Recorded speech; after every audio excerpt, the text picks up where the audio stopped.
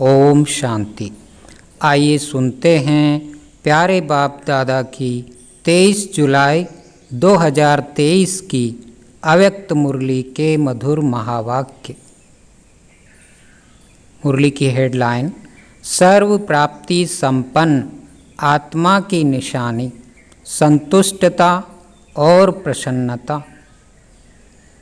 आज सर्व प्राप्तियां कराने वाले बाप दादा अपने चारों ओर के प्राप्ति संपन्न बच्चों को देख रहे हैं।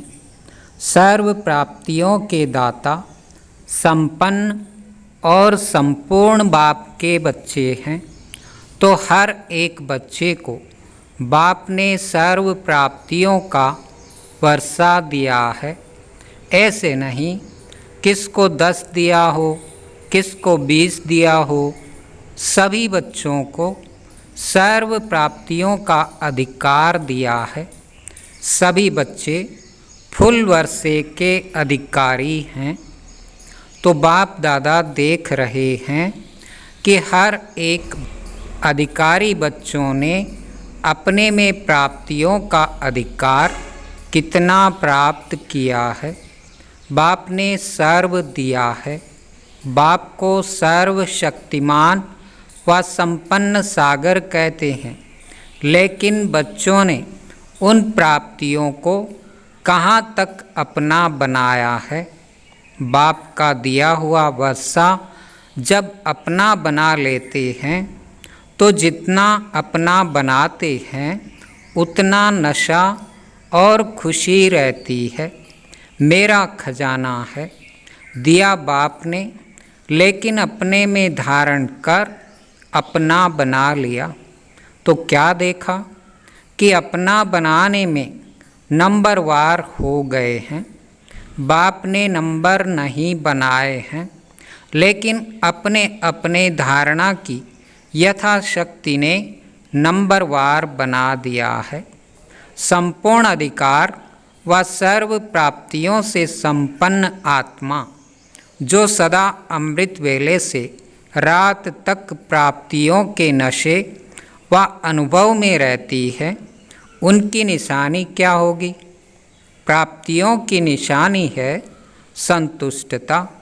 वो सदा संतुष्ट मणि बन दूसरों को भी संतुष्टता की झलक का वाइब्रेशन फैलाते रहते हैं। उनका चेहरा सदा प्रसन्न चित्त दिखाई देगा। प्रसन्न चित्त अर्थात सर्व प्रश्न चित्त से न्यारा, कोई प्रश्न नहीं होगा, प्रसन्न होगा। क्यों, क्या, कैसे, ये सब समाप्त। तो ऐसे प्रसन्न चित्त बने हो कि अभी भी कभी कभी कोई प्रश्न उठता है कि ये क्या है, ये क्यों है, ये कैसे होगा, कब होगा। ये प्रश्न चाहे मन में चाहे दूसरों से उठता है। प्रश्न चित्त हो या प्रसन्न चित्त हो, या कभी प्रश्न चित्त कभी प्रसन्न चित्त, क्या है? वैसे गायन है, अप्राप्त नहीं कोई वस्तु ब्राह्मणों के खजाने में। ये किसका, किन ब्राह्मणों का गायन है? आपका है या दूसरे आने वाले हैं? आप ही हो। तो जब कोई अप्राप्ति होती है ना, अप्राप्ति असंतुष्टता का कारण है। अपना अनुभव देखो, कभी भी मन असंतुष्ट होता है तो कारण क्या होता है? कोई न कोई अप्राप्ति का अनुभव करते हो, तब असंतुष्टता होती है। गायन तो है, अप्राप्त नहीं कोई वस्तु। ये अब का गायन है या विनाश के समय का? विनाश के समय संपन्न हो जाएंगे कि अभी होना है? जो समझते हैं कि हम सदा प्रसन्न चित्त रहते हैं, कभी भी किसी भी बात में, चाहे अपने संबंध में चाहे दूसरों के संबंध में भी प्रश्न नहीं उठता, सदा संतुष्ट रहते हैं ऐसी संतुष्ट आत्माएं कितनी होंगी? बहुत हैं। अच्छा, जो समझते हैं, सदा प्रसन्न रहते हैं, चाहे माया कितना भी हिलाए, लेकिन हम नहीं हिलते, माया को हिला देते हैं। माया नमस्कार करती है, हम अंगद है, माया हार जाती है, लेकिन हम विजयी हैं। जो ऐसे हैं वो हाथ उठाओ। सदा शब्द याद रखना, कभी कभी वाले नहीं, बहुत थोड़े हैं, कोटों में कोई हैं। क्वेश्चन मार्क उठता तो है ना, क्वेश्चन मार्क डिक्शनरी से निकल जाए, हलचल भी न हो। कंप्यूटर चलाते हो तो उसमें आता है ना, आपके बुद्धि रूपी कंप्यूटर में सदा फुल स्टॉप की मात्रा आए, क्वेश्चन मार्क आश्चर्य की मात्रा खत्म। इसको कहा जाता है सदा प्रसन्न चित्त। ऐसा प्रसन्न चित्त औरों का भी क्वेश्चन मार्क खत्म कर देता है। नहीं तो स्वयं में अगर क्वेश्चन मार्क है तो कोई भी बात सुनेंगे, देखेंगे, कहेंगे हाँ ये तो होना नहीं चाहिए, लेकिन होता है। मैं भी समझती हूँ होना नहीं चाहिए, मिक्स हो जाएंगे, उसके प्रश्न को और अंडरलाइन कर देंगे। टेका तो दे दिया ना कि हाँ ये ठीक नहीं है, लेकिन होता है। तो प्रसन्न चित्त उसको नहीं किया, लेकिन और ही प्रश्न को बढ़ा दिया, एडिशन हो गई। वैसे एक का क्वेश्चन था, अभी 2 का हो गया, 2 से 4 का हो जाएगा। तो प्रसन्न चित्त वाइब्रेशन के बजाय प्रश्न चित्त का वाइब्रेशन जल्दी फैलता है। हाँ ऐसा है, साथ दे दिया, आश्चर्य की मात्रा आ गई ना। हाँ तो फुल स्टॉप तो नहीं हुआ ना।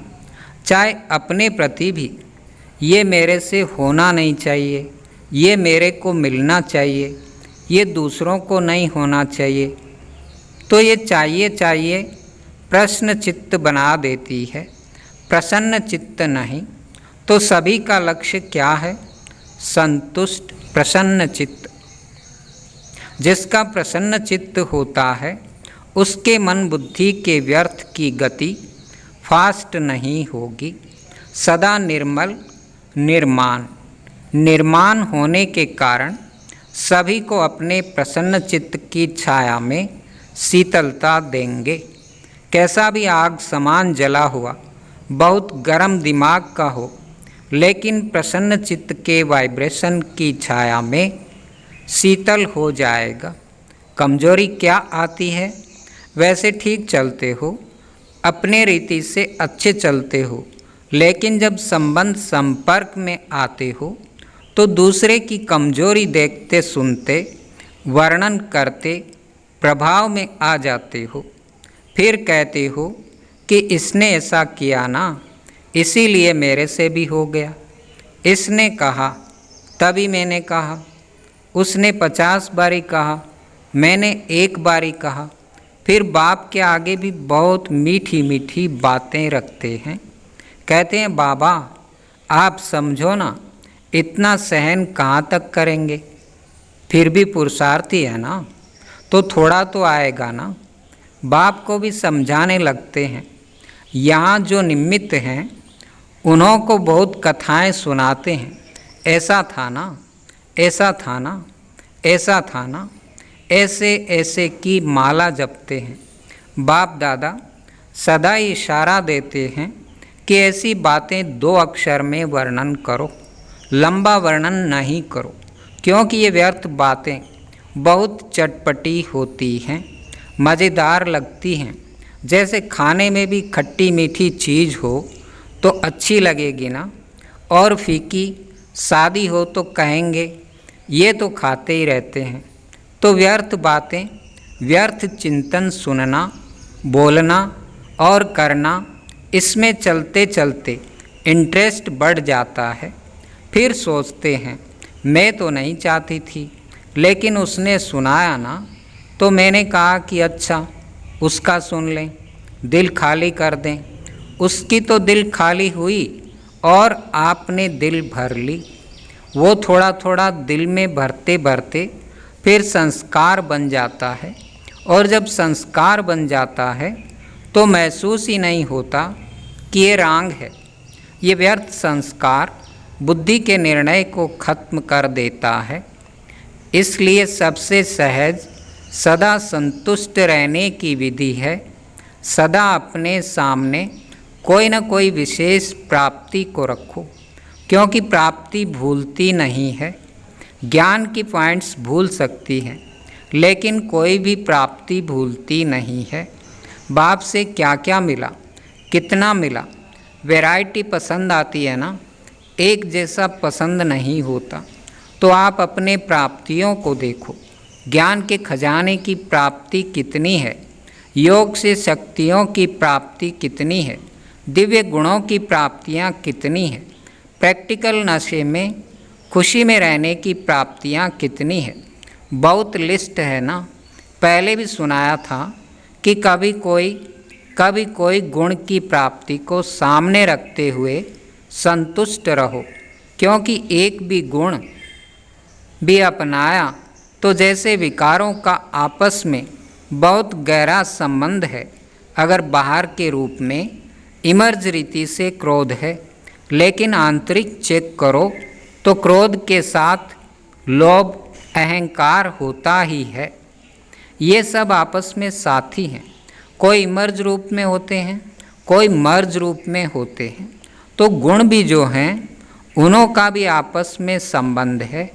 इमर्ज एक गुण को रखो, लेकिन दूसरे गुण भी उनके साथ ही मर्ज रूप में होते हैं। तो रोज़ कोई न कोई प्राप्ति स्वरूप का अनुभव अवश्य करो। अगर प्राप्ति इमर्ज रूप में होगी तो प्राप्ति के आगे अप्राप्ति खत्म हो जाएगी और सदा संतुष्ट रहेंगे। वैसे भी देखो, दुनिया में भी मुख्य प्राप्ति सभी क्या चाहते हैं? हर एक चाहता है कि अपना नाम अच्छा हो, दूसरा मान और तीसरा शान। नाम मान शान ये प्राप्त करना चाहते हैं। आप भी क्या चाहते हो? आप भी तो यही चाहते हो ना, हद का नहीं बेहद का। तो दुनिया वाले तो हद के नाम के पिछाड़ी दौड़ते हैं, और आपका नाम विश्व में जितना ऊंचा है उतना और किसका है? तो आप अपने नाम को देखो। सबसे नाम की विशेषता ये है कि आपका नाम कौन जपता है? स्वयं भगवान आपका नाम जपता है। तो इससे बड़ा नाम क्या होगा? आपके नाम से अभी लास्ट जन्म में भी अनेक आत्माएं अपना शरीर निर्वाह चला रही है। आप ब्राह्मण हो ना, तो ब्राह्मणों के नाम से आज भी नामधारी ब्राह्मण कितना कमा रहे हैं। अभी तक नामधारी ब्राह्मण भी कितना ऊंचे गाए जाते हैं। तो आपके नाम की कितनी महिमा है। इतना श्रेष्ठ नाम आपका हो गया। इसीलिए हद के नाम के पीछे नहीं जाओ। मेरा नाम तो कभी किसी में लेते ही नहीं है। मेरा नाम सदा पीछे ही रहता है। सेवा मैं करती हूँ, नाम दूसरे का हो जाता है। तो हद के नाम के पीछे नहीं जाओ। बाप के दिल में आपका नाम सदा ही श्रेष्ठ है। जब बाप के दिल में नाम हो गया तो कोई सेवा में या कोई प्रोग्राम में या कोई भी बातों में आपका नाम नहीं भी आया तो क्या हर्जा? बाप के पास तो है ना। जैसे भक्ति मार्ग में हनुमान का चित्र दिखाते हैं ना, तो उसके दिल में क्या था? राम था। और बाप के दिल में क्या है? बच्चे। तो बच्चों में आप हो या नहीं हो, तो सभी का नाम है। देखा है पक्का? कभी मिस हो गया हो तो? आप सभी का नाम है। तो और नाम के पीछे क्यों पड़ते हो? क्योंकि मेजॉरिटी यही नाम मान शान गिराता भी है, और यही नाम मान शान नशा भी चढ़ाता है। तो प्राप्ति के रूप में देखो, अगर मानो कोई कारण से आपका नाम गुप्त है और आप समझते हो कि मेरा नाम होना चाहिए, यथार्थ है, फिर भी अगर किसी आत्मा से हिसाब किताब के कारण या उसके संस्कार के कारण आपका नाम नहीं होता है, आप राइट हो, वो रॉन्ग है, फिर भी उसका नाम होता है, आपका नहीं, तो विजय माला में आपका नाम निश्चित है। इसीलिए इसकी भी परवाह नहीं करो। इस रूप में माया ज़्यादा आती है, इसीलिए अभी गलती से नाम मिस हो भी गया कोई अर्जा नहीं, लेकिन विजय माला में आपका नाम मिस नहीं हो सकता। पहले आपका नाम होगा, तो अपने नाम की महिमा याद रखो कि मेरा नाम बाप के दिल पर है, विजय माला में है, अंत तक मेरा नाम सेवा कर रहा है। और आपका मान कितना है, भगवान ने भी आपको अपने से आगे रखा है। पहले बच्चे तो स्वयं बाप ने मान दे दिया, कितना आपका मान है उसका प्रूफ देखो कि आपके जड़ चित्रों का भी लास्ट जन्म तक कितना मान है। चाहे जाने नहीं जाने, लेकिन कोई भी देवी देवता का चित्र होगा तो कितने मान से उसको देखते हैं। सबसे श्रेष्ठ मान अब तक आपके चित्रों का भी है, ये प्रूफ है। जब आपके चित्र इतने माननीय पूजनीय हैं, तो जिसका मान रखा जाता है उसको पूजनीय माना जाता है। हमेशा कहते हैं ना, ये हमारे पूजनीय हैं, पूज्य हैं, तो प्रैक्टिकल प्रूफ है कि आपके चित्रों का भी मान है। तो चैतन्य में है तब भी चित्रों का मान है। अगर चैतन्य में मान नहीं होता तो चित्रों को कैसे मिलता। बाप तो सदा कहते हैं पहले बच्चे डबल पूजे जाते हैं, बाप सिंगल। तो आपका मान बाप से ज़्यादा हुआ ना, इतना श्रेष्ठ मान मिल गया।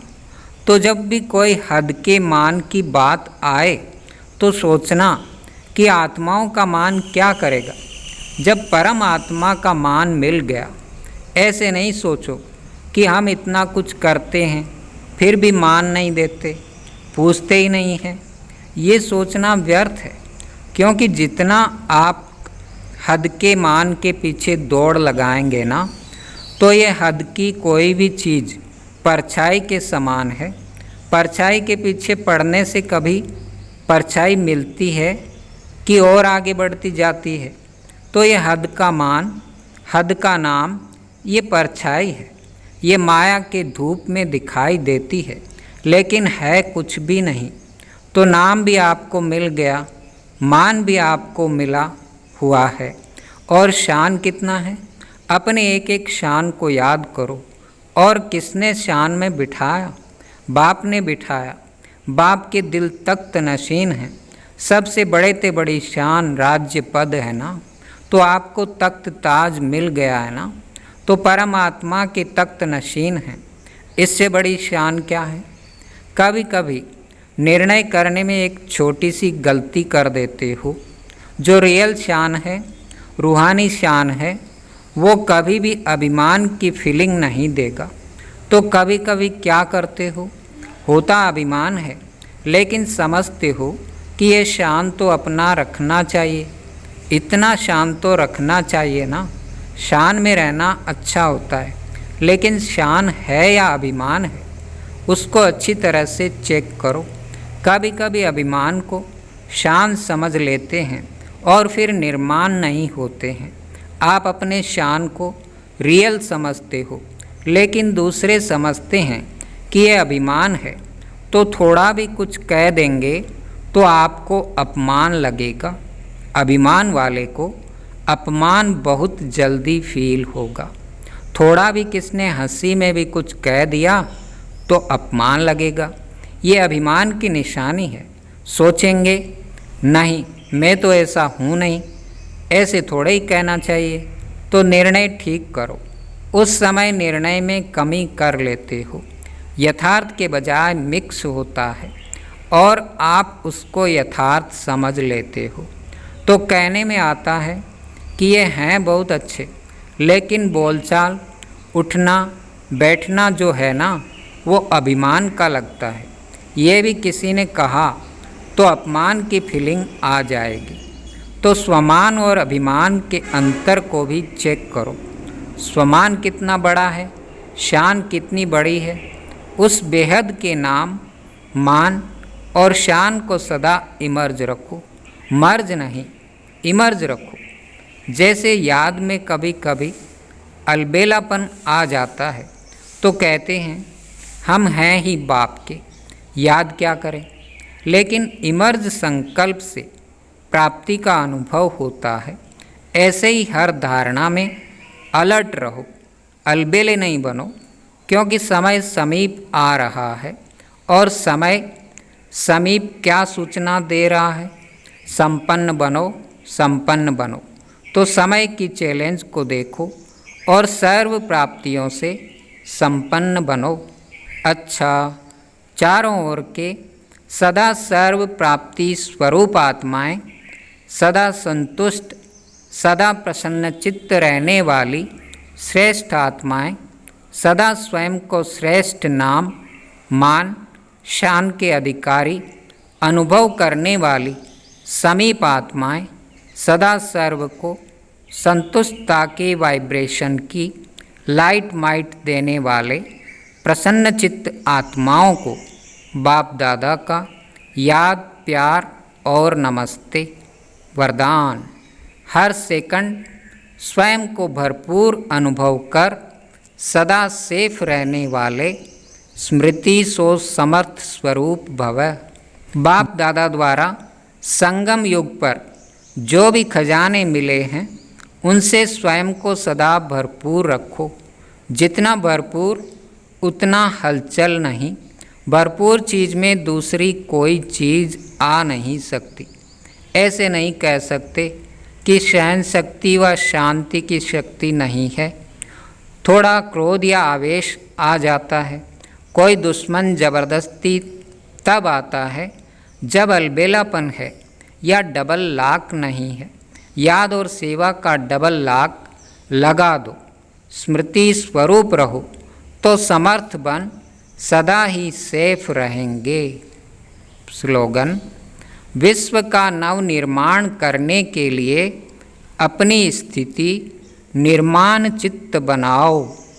अच्छा, ओम शांति, ओम शांति।